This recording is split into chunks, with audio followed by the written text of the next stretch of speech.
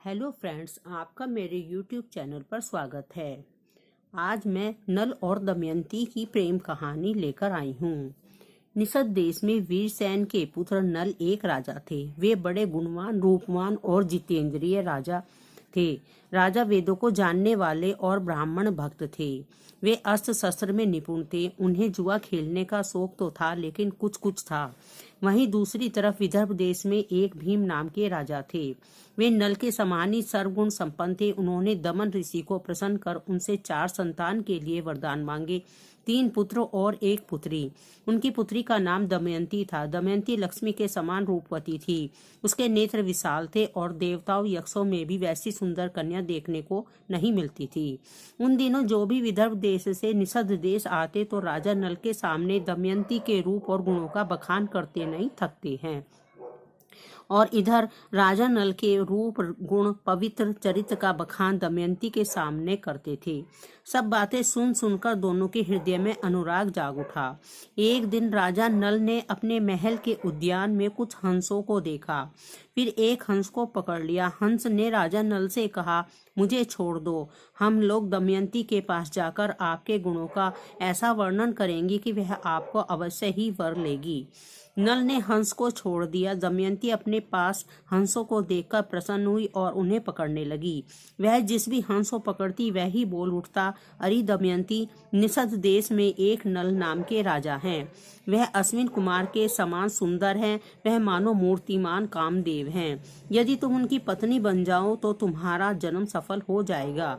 नल के समान सुंदर पुरुष कहीं भी देखने में नहीं आया है। तुम स्त्रियों में रत्न हो, नल पुरुषों में भूषण है। नल के गुणों का बखान सुन दमयंती ने कहा, तुम नल से ऐसी ही बातें कहना।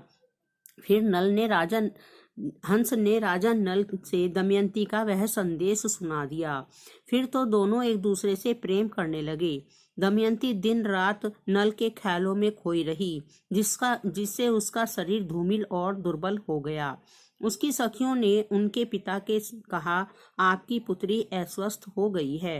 राजा भीम ने देखा कि पुत्री विवाह के योग्य हो गई है, इसलिए उन्होंने इसका स्वयंवर कर देना उचित समझा।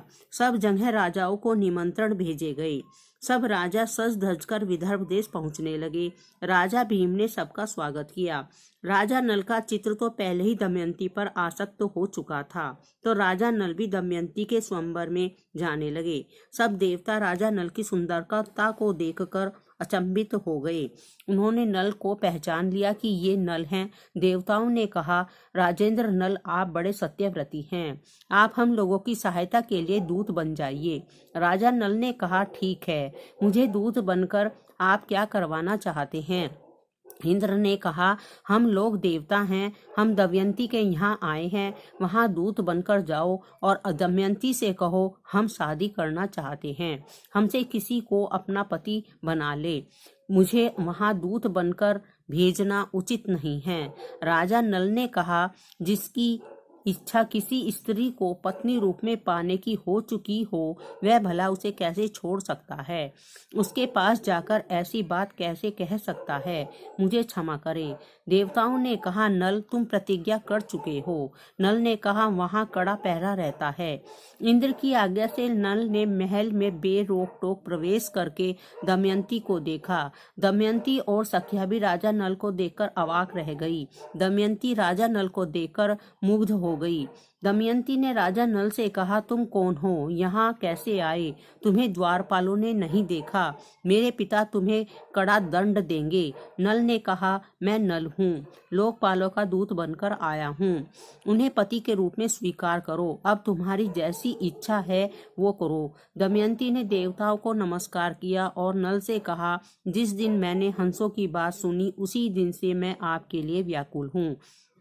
आपको पाने के लिए मैंने राजाओं की भीड़ इकट्ठा की है। यदि आप मुझे अस्वीकार कर देंगे तो मैं विष खाकर, आग में जलकर, पानी में डूबकर या फांसी लगाकर आपके लिए मर जाऊंगी। मैं इन देवताओं के चरण रेणु के समान भी नहीं हूँ। नल ने कहा। नल की बात सुनकर दमयंती घबरा गई। उसके दोनों नेत्रों से आंसू निकल आए। मैं पति रूप में आपको ही वर्ण कर रही हूँ। यह मैं शपथ खाकर कह रही हूँ। दमयंती का शरीर कांप रहा था। नल ने जब ऐसा देखा तो कहा, जैसा तुम चाहती हो वैसा करो। मुझे जो करना है मैं वैसा करूँगा। दमयंती ने कहा, आप लोकपालों के पास 7 स्वयंवर मंडप में जाओ, मैं उनके सामने तुम्हें वरण कर लूंगी, तब आपको दोष नहीं लगेगा। राजा नल ने सारी बातें लोकपालों के सामने बता दी। तब सभी राजा अपने अपने स्थान पर बैठ गए। अब दमयंती सब राजाओं के सामने एक एक करके जाने लगी। 5 देवता एक जैसे बैठे थे। वह सोच में पड़ गई कि अब क्या करूं। वह देवताओं के पास गई, वहां देवताओं को प्रणाम किया और हंसों की बातें सुनी। उनके मुंह से सुनकर मैंने मन ही मन नल को अपना पति मान लिया है। नल के लिए मैंने व्रत प्रारंभ किया है। ऐश्वर्यशाली लोकपालों, आप लोग अपना रूप प्रकट करें, जिससे मैं नरपति नल को पहचान सकूं। देवता उसके आर्त विलाप को सुनकर उन्हें ऐसी शक्ति प्रदान की जिससे वह नल को पहचान सके। फिर दमयंती ने देखा कि देवताओं के शरीर पर पसीना नहीं है, नल के शरीर की छाया पड़ रही है। माला कुम्हला गई है, शरीर पर कुछ धूल और पसीना भी है। फिर उसने नल को पहचान लिया और नल के गले में माला डाल दी। फिर तो राजाओं में हाहाकार मच गया। नल ने कहा, कल्याणी, तुमने देवताओं के सामने मुझे वरण किया है, तुम मुझको प्रेम परायण पति समझना। मैं तुम्हारी बात मानूंगा। जब तक मेरे शरीर में प्राण रहेंगे मैं तुम्हें प्यार करता रहूंगा। देवता भी प्रसन्न हुए। उन्होंने उनको 8 वरदान दिए। समय आने पर दमयंती के गर्भ से इंद्रसेन नाम के पुत्र और इंद्रसेना नाम की पुत्री का जन्म हुआ।